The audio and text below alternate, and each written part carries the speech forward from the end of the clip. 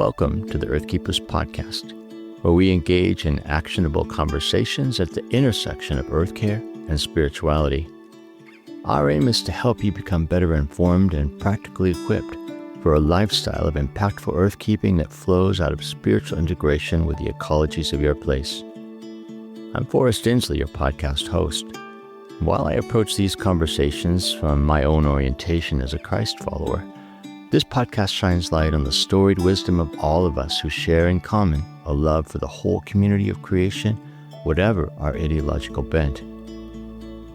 In this episode, I want to introduce you to a man I love and respect, John Paul Vicory, and to share with you his story of recovery from alcohol addiction through healing encounters with the outdoors. I've known and admired John since he was a student of mine in the early 2000s.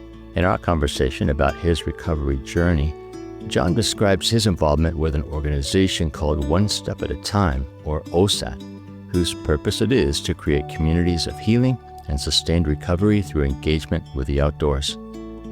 If you're struggling with any sort of addiction right now, or care deeply about someone in your life who is facing such challenges, I know you're going to find both hope and practical wisdom in this conversation. However, given that each one of us is broken in some way, this conversation about finding healing in the outdoors has implications for all of us. Welcome, friends, to the Earth Keepers podcast. John, my friend, it is so good to have you on the podcast. Maybe you could orient our listeners a bit and just give us a sense of where you live, who you live with, and what you're doing day to day. Yeah, great to see you as always. Yeah, so I live in Kirkland, Washington with my wife and my two teenagers. And in my day job, I am the director of marketing at UW-Bothell, one of the University of Washington campuses that's up here in the Pacific Northwest. Well, we definitely want to hear more about your personal story, but the framework for our conversation is going to be the organization called OSAT, or One Step at a Time. And maybe you could tell us what, in general, the organization is about and what kind of things the organization actually does, what kinds of activities it organizes, what the community is like. Yeah, absolutely. So OSAT, or One Step at a Time, it's an outdoor club, and it's really based around recovery. So the founder, Jim Hinkhouse, was a mountaineer, and he was also part of AA, and he had this vision to have an AA meeting at the top of Mount Rainier. So he gathered some friends that were also in recovery, and they built towards that. And they started with a meeting on a local mountain here called Tiger Mountain. And that was the first kind of OSAT meeting, was this AA meeting on top of the mountain. And actually, currently to this day, after Jim Hinkhouse passed away, there is a plaque at the top of Tiger Mountain, and there's still meetings that occur there twice a week throughout the year, where people in OSAT, people in recovery, hike up the mountain and have an AA meeting on top of the mountain. Since it started, it's kind of expanded into other activities too. So mountaineering is part of that, but also car camping. We have a group that goes to Scotland and does the Highland Way every year. We have groups that go down to Central America and climb mountains down there. But locally, there's canoeing, camping, cycling, just kind of anything outdoors. You can usually find a group to get together and do that in OSAT. So it's based in the Pacific Northwest primarily, and clearly you do things all over the place. But I'm wondering, are there other organizations like OSAT in other places that you know of? Even locally, there's a couple. There's one called Recovery Beyond, and I've heard of other ones just kind of in localized clusters around the States, but OSAT's definitely the biggest one up in this region. But I think that no matter where there are addicts and people that love the outdoors, they kind of go hand in hand a lot of the time. So while OSAT is primarily in the Northwest, I'm sure there's probably groups like OSAT all over the country. Yeah, I think that's important to point out, because probably there will be people listening to this episode who think, oh, if only I had something like that in my region. And I agree with you. Chances are there are organizations like it. And if there aren't, it might not be such a hard thing to begin, right? I mean, you've got the outdoors, you've got community, and you've got human need. And what happens when you put those things together? We talked to a friend, Jason Lyle, who leads an organization like this in Georgia, for example, and it's had really powerful effects on the lives of people. My hope is actually that we talk to many more, because I think this is a powerful movement, this idea that presence in nature and the outdoors can actually affect pretty profound healing. Speaking of healing, I'm wondering what kind of people are coming to OSAT? Is it a certain kind of addiction, a certain level of addiction, or is it fairly open-boundaried in terms of what needs people are presenting? Yeah, we have all kinds of people that join OSAT, that stay involved in OSAT. We have what we call old timers, those who have been in recovery for 30 plus years. We have people that join OSAT that are just new to recovery, or they're still trying to get sober. And we're talking about all kinds of addictions, alcohol, drug use. But it's not just for people in recovery or people who are interested in recovery. It's also for their friends and family too. So we have people who are in Al-Anon, which is for family members of people who are addicts. So it's really just this community that's centered around recovery, but it's not exclusive to people who are in recovery. You don't have to have a certain amount of recovery time to be involved. It's just for those who want to get sober and those who are on the periphery who are supporting people who are trying to get sober too and bring them in. I told my daughter about this because since high school, when she and her friends got addicted to vaping, when so many people believed it was harmless, she doesn't like it that she vapes, and she has had a hard time setting that aside. She actually has profound connections to the outdoors, and I told her about this organization, and she was really excited. So she may be joining you, but I guess the point is that people like her would be welcome, right? Yeah, absolutely. And there's a saying in recovery that says we're not saints. We're just all people who are struggling or have struggled in one way or the other. And this is a way for us all to get together and really share that bond and really feel like you are connected to others who are like you. And that makes the road ahead a lot easier. Yeah. So I checked with you in advance. I could ask you about this, but I think you have a very powerful story to tell in terms of why you're part of this group. So I wonder if you could maybe recount that for us, just so we know where you're coming from. So my recovery journey started in probably 2015, 2016, really. So, 10 years ago now, where I just really found it difficult to live with myself and the decisions I was making and the addiction that I had to alcohol. It was like a toxic friend, like a toxic relationship where I couldn't live with alcohol in my life, but I also couldn't live without alcohol in my life. And it was really just starting to affect everything in my life. The list when I would go to the doctor of the conditions that were slowly just killing me. So there was my health. There was also my relationships. I had 2 young children at the time. And one of my biggest goals in life is to be a good dad. And so I was noticing that this was starting to be a barrier between my ability to be a father and be there for my kids and my wife. And then at work too, I was skipping out on work. I was making excuses that I was sick. I wasn't fully present in my job. And that's really, I think, the bottom line of all of it is that I wasn't present. All I could think about was how to get the next drink. And it was really miserable. So I started going to AA meetings. I tried to start weaning myself off of alcohol, setting all these goals, and nothing was really working. But in August of 2019, I missed an activity with my kids that I had signed up for. And I spent, the weekend just drunk, just unable to do anything really. And I said, enough is enough, really. And that day I went to the hospital to start the detoxing process. I actually thought I was going to die. So I spent the night in the ER. And the next day I got a bed at a local inpatient treatment facility. And that was August 11th of 2019. And so I spent 30 days in the recovery program. inpatient. I spent another 9 months in an outpatient facility. And I went to 90 meetings in 90 days, AA meetings, to really just solidify the foundation and the commitment to myself that this is what I wanted to do. And it was about a year and a half after that, that somebody in my recovery group mentioned that he was going to join this outdoor club and do this climbing course that teaches you how to climb Mount Rainier. And he asked if anybody wanted to join. And I said yes. I grew up riding my bike all the time, hiking in Colorado. And I always felt like being outside was like part of who I was. And that's something that really went away over the course of my addiction.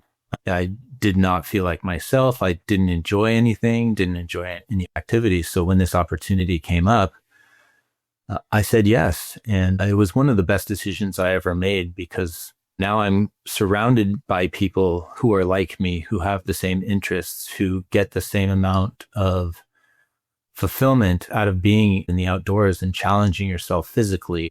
Such a foundational part of my life now is being in OSAT with people in recovery. Most of my friends these days are in recovery, are part of OSAT. Not only can we go out and enjoy the outdoors together, but we can talk about what's going on in our lives, the struggle of recovery and living life on life's terms, which is one of the hardest things to do as a recovering addict. I appreciate your vulnerability in telling us that story. I care for you a lot, and I have a long history with you. I met you in the early 2000s when you became a graduate student in the program that I was heading up. And I remember being so impressed with you, even in your interview. I remember it to this day, hearing about your work using art for social change, photography in particular, hearing the stories about your work against sex trafficking. So I've just really had an admiration and deep care for you even since that point. So when you told me your story of struggle, it was really impactful. It really kind of broke my heart. And I had to ask myself afterwards, why am I really so affected by this? Why is it hurting me in a way? And clearly it's because I care about you, but I think I also was having to really recall the stories of my mom's struggle with alcoholism. Ultimately, she died when I was a sophomore in college due to alcohol-related complications. So I just have not generally been a hopeful person when it comes to people struggling with that issue in particular, just because my experience has taught me not to hope. So I will also say that in hearing the story of your recovery, that's also been really impactful for me. It's like giving me new hope that people can be changed and transformed and healed by experiences of nature, of the outdoors. Hearing the story of your recovery has helped me to process my own experience. But more than anything, it's just made me really, really happy for you to see that you found this powerful catalyst for healing and found a community that can stand with you. So again, I appreciate your story. I'm sure that many of our listeners do as well. And my hope is that it will give them hope. So thanks for being honest like that. Yeah, absolutely. Well, I'm wondering if you could maybe dig in a little bit and tell us more about why you think OSAT works, OSAT or programs like it, or maybe even more generally, what is it about your experience of the outdoors that has made the difference for you? If that's even describable, I know there's something ethereal about that, right? But how do you make sense of it? Yeah, I think for some people, spending time in the outdoors, even if they're not struggling with addiction or in recovery, they do gravitate to the outdoors. There is something healing about being in the outdoors. And there's also a lot of research that has been done about spending time in the outdoors. You've probably seen headlines about like people in Finland live the happiest lives of anybody on earth. And it's because they make time. Their life is intertwined with being out in nature. And it is something so profound. So in OSAT, one of the main ways that people come into the club is through the glacier climbing course. And it's this 6-month course where you really learn skills, how to be safe on mountains like Mount Rainier, where there's crevasses and there's potential to fall and you're roped up. So you learn all these things. And part of the capstone is a graduation climb. And for my graduation climb, 7 other students and 4 instructors, we all climbed El Dorado Peak in the North Cascades out here in Washington. And we had an AA meeting at base camp. And the next morning we summited this peak. And it was such a emotional summit, not just physical, but an emotional summit where over the previous 6 months, I had really realized that I could do hard things in the outdoors. I could push myself with all these people, these brothers and sisters who experienced the same thing I was going through. But standing there on the mountaintop, it was just this profound realization that I didn't ever have to go back to the way life was before. And from that time on, this connection between being outdoors and challenging myself physically, and, some of those challenges are mental and emotional too. I mean, one of the reasons that people get into drugs and alcohol and other addictions is because they need that escape. They need to put aside their emotions to get out of their head. I can go down to the corner store and get everything I need to create that escape. But spending hours on a trail alone with your thoughts, you really come face to face with a lot of those inner struggles. But also being out in nature is almost the antidote to that too. And so there really is this connection about the intense and the surreal beauty of the landscape that really puts a lot of other things in perspective. I do some guiding and facilitation for an organization called Seminary of the Wild. And the main purpose really of the program is to help people to reconnect to nature with the assumption that connection is in fact our natural state, that on a physical level, on a spiritual level, on an emotional level, we are meant to live more in integrated harmony with the places where we live and the ecologies where we live. And the organization that I work for, called Circlewood, we have that as one of our goals as well, helping people to undo the disconnection that is really so prevalent in Western culture in particular. The ways that our culture raises us and teaches us to think fosters disconnection. And I have actually heard some people say that one of the reasons that people are sick or addicted or gravitate toward escapist activities is in part because of the disconnection. We're not living our lives as they're meant to be. We're not whole people because of that disconnection. When you lead people through this kind of practice, what have you noticed from the beginning when people are just entering it, how they develop and who they are kind of at the end of that experience? Probably most people come into programs like this because they know that something's missing. Maybe they've had enough experience of relationship with creation that they see something is there and maybe just don't quite know how to access that. If you really look at the way that so many of us were raised, the sense that we belong to nature, that we're part of nature, it's been beaten out of us, right? We're taught to stand apart from it and sort of act upon it, to commodify it, see it as resource, as something to be used, but not something to be part of, to belong to. So I would say that when it comes to reconnection, it's a lot about changing worldview.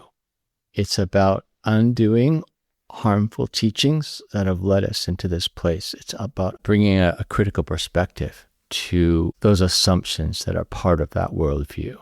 Right? That mm-hmm. we are in fact separate, that we're not animals. So I think those are the places of resistance.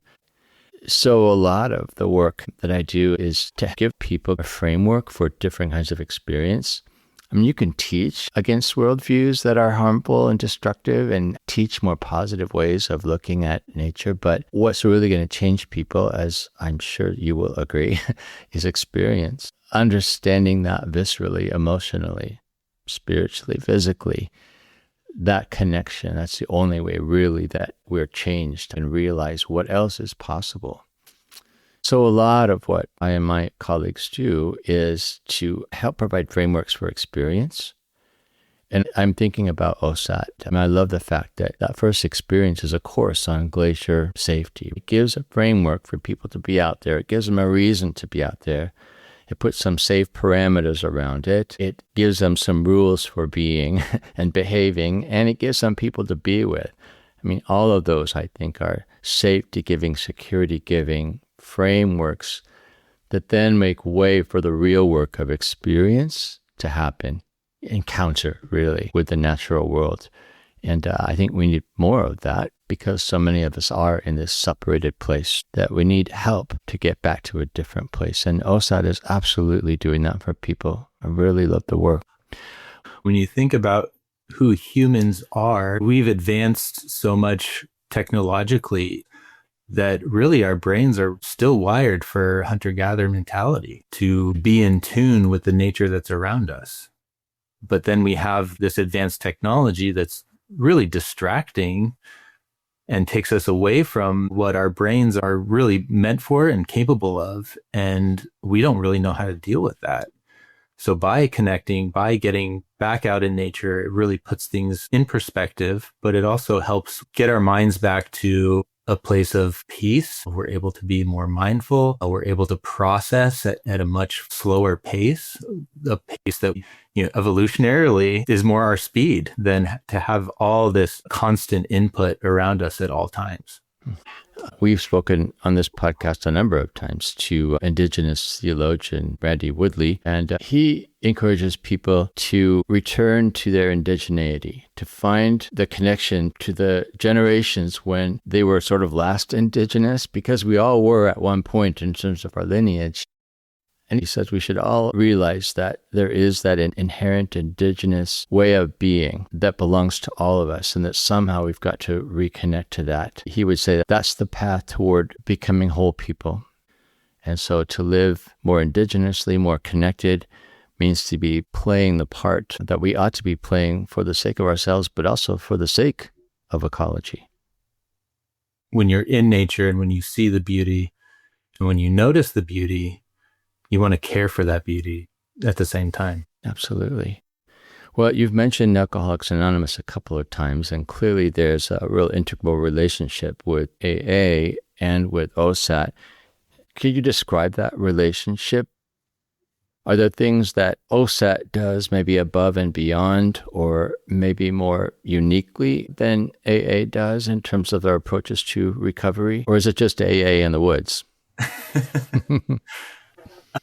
A lot of it is AA in the woods, but it's contextualized to this adventurous spirit, to this connection that we've been talking about. AA in the meeting halls, it does feel different than spending time with people in recovery in the outdoors.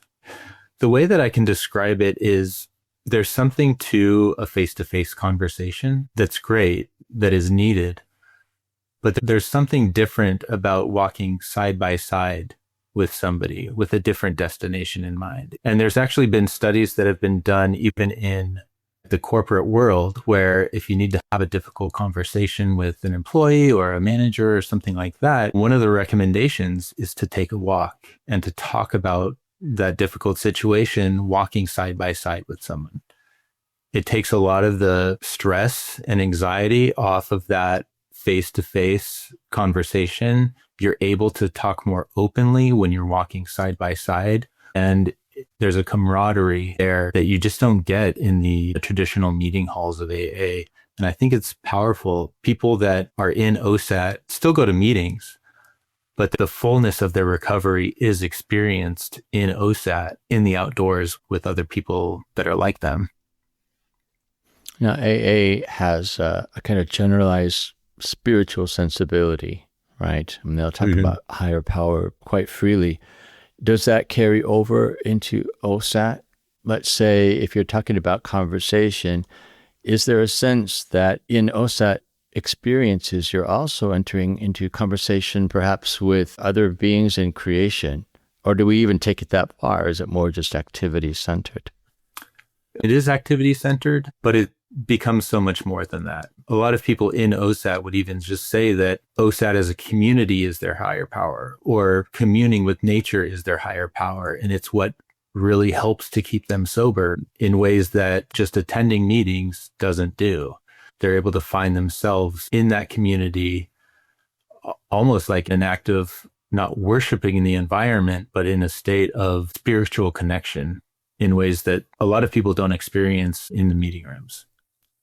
You could almost say that if you call that spirituality or you call that God, one could imagine that really where that resides is in the relationships, is in the connections people to people, but connections to the wilderness as well, connections to, the other beings in nature. Spirituality is certainly a part of it. It's hard not to have these experiences like being on the mountaintop with these 11 other people and not feel something. I still even get choked up when a group of us have done something hard or have done something together that's beautiful and we have that shared connection. It's hard not to relate that as a spiritual experience. We recover because of spiritual experience. It is this psychic and spiritual change that happens. And how each person defines that might be a little bit different, but there's certainly spirituality out in the wilderness. In an earlier conversation that we had, you mentioned that the OSAT community has, in a sense, become church for you. What did you mean by that? And what's your story of involvement in more conventional church? And how is OSAT qualitatively different?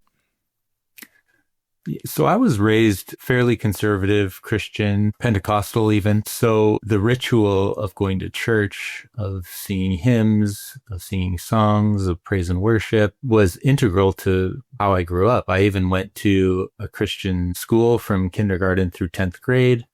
I went to a Christian college, got involved in missionary activity after college. So, that side of religion really has deep roots within my psyche.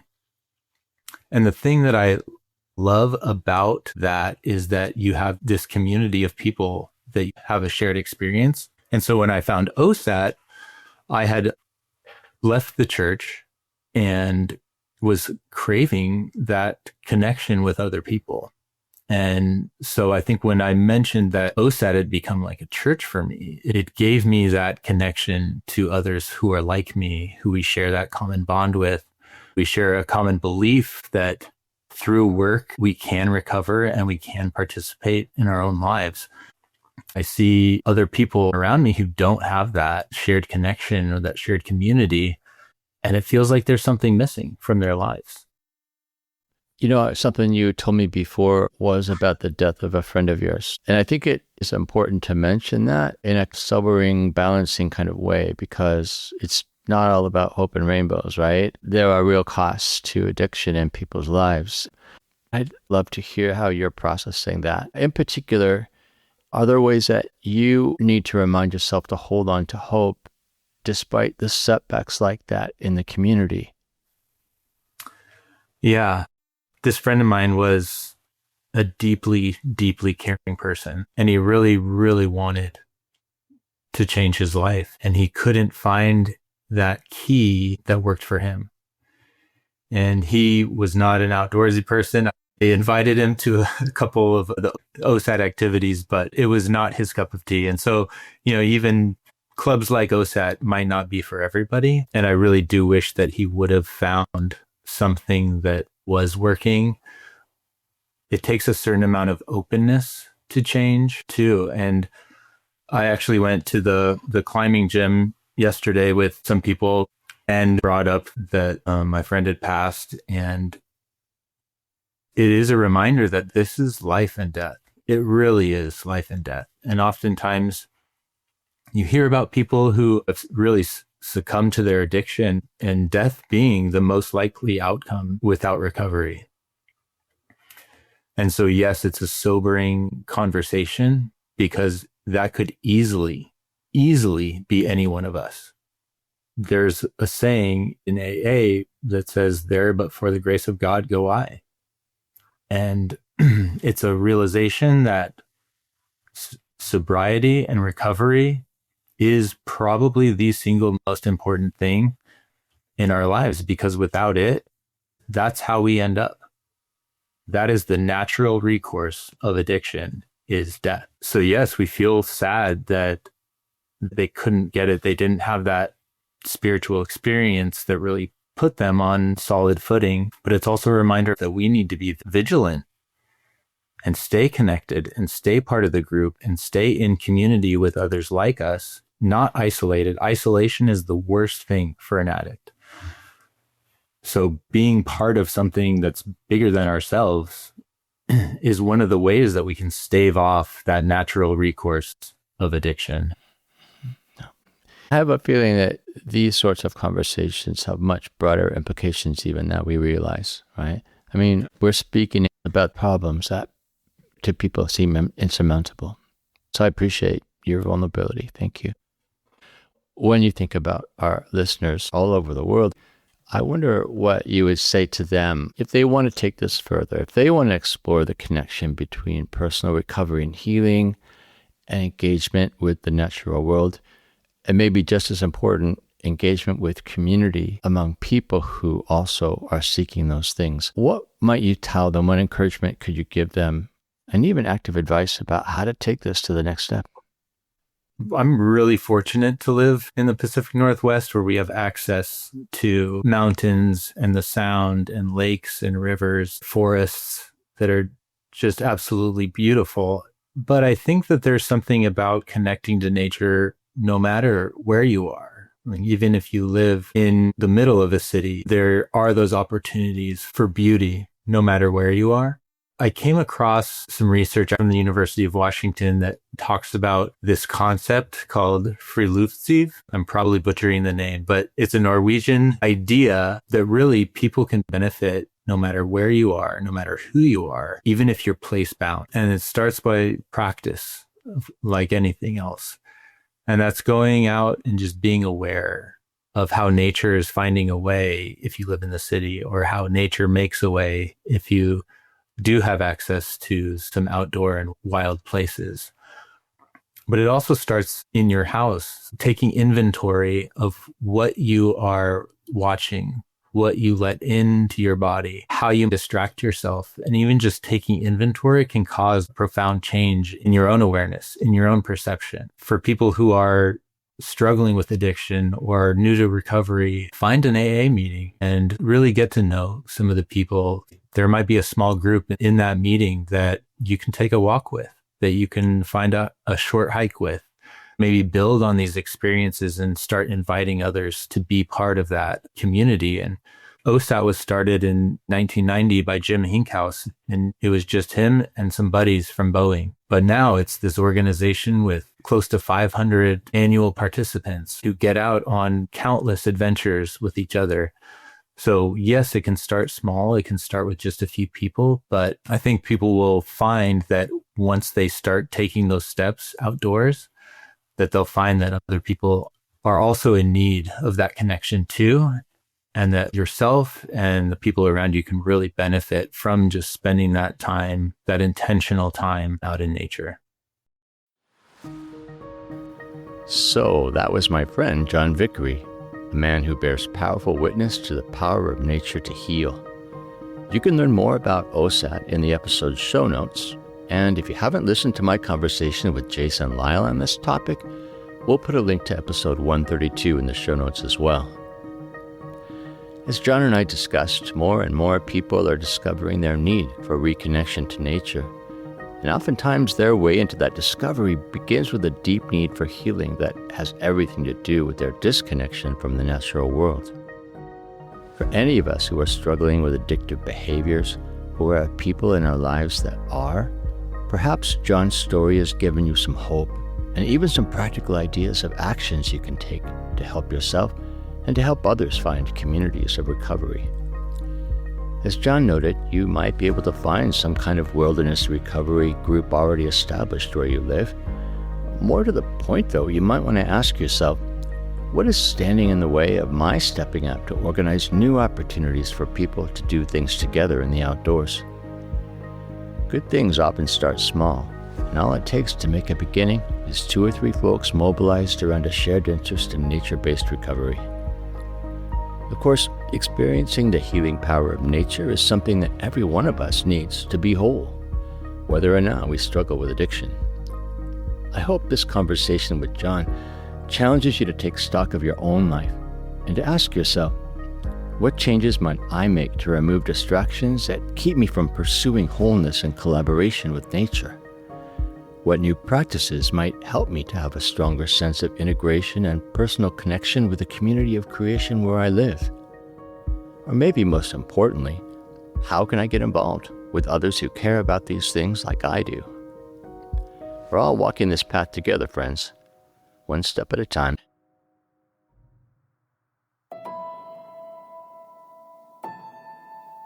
Earthkeepers Podcast is a production of Circlewood, an organization that encourages people to pursue a more ecologically conscious faith. Our executive producer is James Amadon, and our sound engineer is Dave Olfers.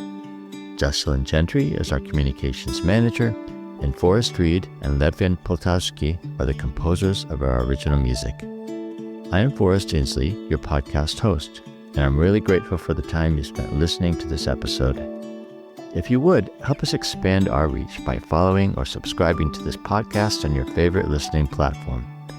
And be sure to go to our website to sign up for a podcast newsletter.